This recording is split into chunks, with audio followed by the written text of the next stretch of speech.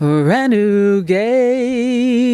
Upcycled goods. One way to save resources is to keep needed items as long as possible. Sometimes that includes repairing them. I love my hoodie. Today I found the zipper had been pulled out of position in the wash. It was stuck in the side of the zipper pull. Today's quick tip is one way to fix a zipper. Sometimes you can simply manipulate the zipper back into the correct position, but other times it's truly stuck, like mine is.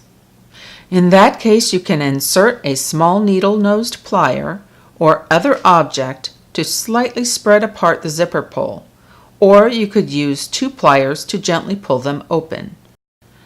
Then you can move the zipper into the correct position. Afterward, while keeping the zipper in the correct position, gently squeeze the zipper pull back into its original shape. Be sure not to over-tighten it so as to keep the zipper sliding smoothly. If you ding the metal, you can file it smooth with a sanding block or knife sharpening block. And that's a quick tip from Renegade Upcycled Goods.